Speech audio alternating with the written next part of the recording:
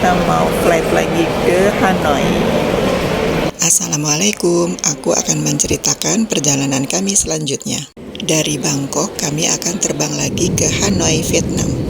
Kami menggunakan pesawat Air Asia dari Bangkok ke Hanoi di harga 1 juta. Aku dapat 500.000. Ini 500.000 dong, setara 250.000 rupiah. Ini bagi-bagi duit dulu di bandara.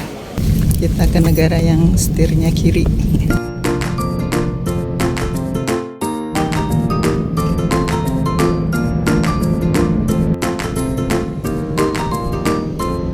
Old Quarter, daerah kayak Braganya gitu di Jakarta. Isinya turis-turis semua, komplek turis dan pusat perdagangan.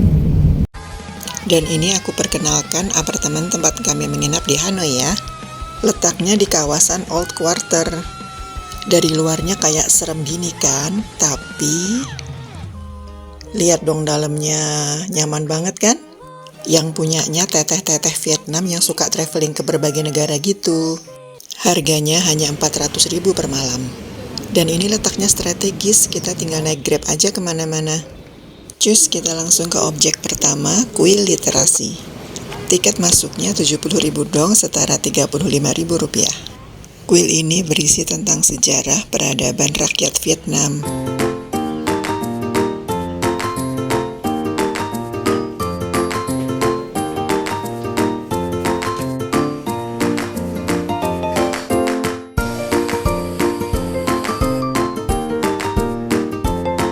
Setelah itu kita ke kuil pagoda, tapi karena lagi direnovasi kita nggak lama-lama di situ. Vietnam identik dengan kopi. Ya wes cus, kita ngopi dulu yuk. Ngopi-ngopi di pinggir kota Hanoi, Vietnam. Di sini budayanya kayaknya bapak-bapak ini kalau pulang kantor mereka nongki bareng temen gitu, ngopi-ngopi, ngeteh-ngeteh sebentar, baru pulang. Tiba-tiba ada pengumuman kayak gini di seluruh kota. Jadi sepertinya di seluruh sudut kota ini dikasih pengeras suara speaker dari pusat ya. Dan kabarnya sih dipasang CCTV juga ya di seluruh kota. Jajan kue semacam onde-onde gitu dari tepung beras. Lanjut kita mau menuju ke Train Street yang terkenal itu. Kita naik bis kota aja ya. Harga tiket bis kota di sini murah banget.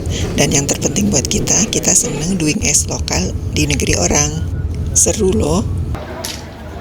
Kita udah sampai di Train Street, Masya Allah ramenya. Orang udah pada ngantri berfoto-foto di Train Street ini. Dan kabarnya kereta baru akan lewat di atas jam 9 malam. Padahal kita udah sampai di sini dari jam 6:30 malam loh. No, thank you. Dan akhirnya kereta yang ditunggu-tunggu datang juga.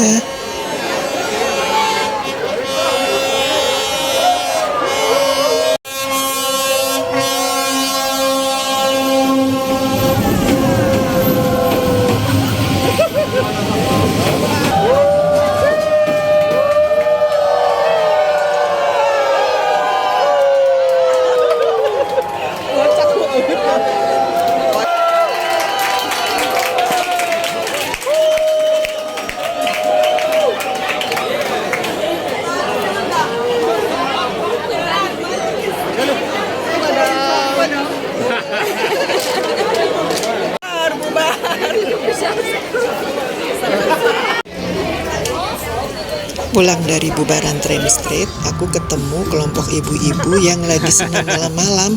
Terus aku jadi tertarik gitu buat join.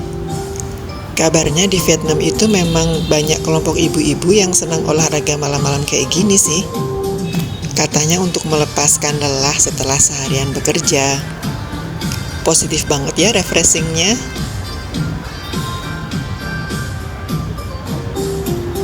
Di hari kedua di Hanoi, pagi-pagi kami menikmati indahnya danau Hoan Kim Lake. Dan lagi-lagi, kami menemukan banyak sekali penduduk Hanoi yang olahraga pagi di sekitar danau ini. Tidak pandang tua atau muda loh mereka. Ada yang jogging, ada yang senam, macam-macam deh kegiatannya.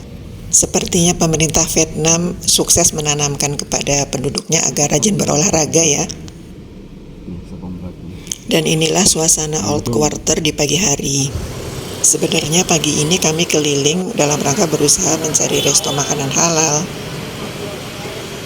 Tapi berhubung belum dapat juga, ya udah deh kita ngopi aja lagi.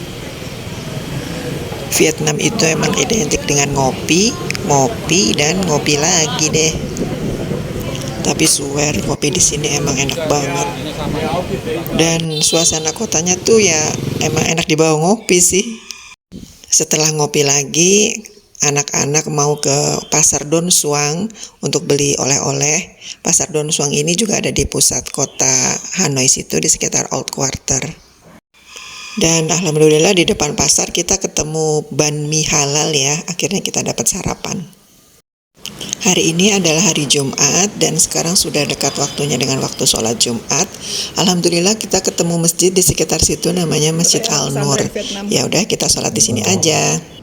Suasana sholat Jumat di sini cukup ramai, baik bapak-bapak maupun ibu-ibu meramaikan Masjid Al-Nur. Dan ternyata di samping Masjid Al-Nur itu ada resto India halal. Alhamdulillah akhirnya ketemu juga makanan proper di sini. Malam harinya kami mengisi malam terakhir kami di kota Hanoi dengan mencoba naik MRT-nya Hanoi. Seperti biasa ya, kalau nanya ke petugas kita pakai bahasa Tarsan karena rata-rata pada nggak bisa bahasa Inggris.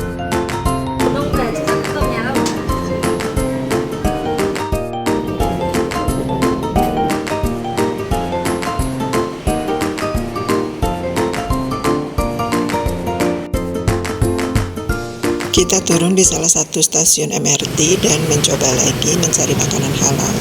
Dan ketemulah ini, namanya Chicken Plus.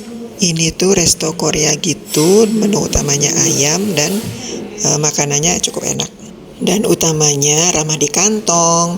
Ini untuk kita berempat dengan menu cukup besar, cuman habis sekitar Rp135.000. Dan seperti biasa ya, karena selalu ada kendala bahasa dengan penduduk lokal, kita selalu mengandalkan bahasa tubuh sama Google Translate deh.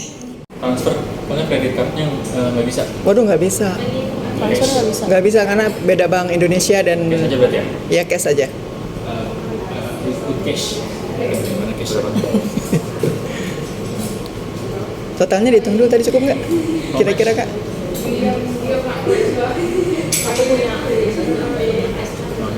Oke. Oh ya, just info, di Hanoi tidak ada 7-Eleven ya, adanya Circle K, itu pun jarang banget. Demikianlah pengalaman kami selama 2 hari 2 malam di Hanoi, semoga menginspirasi. Sampai jumpa di trip kami berikutnya.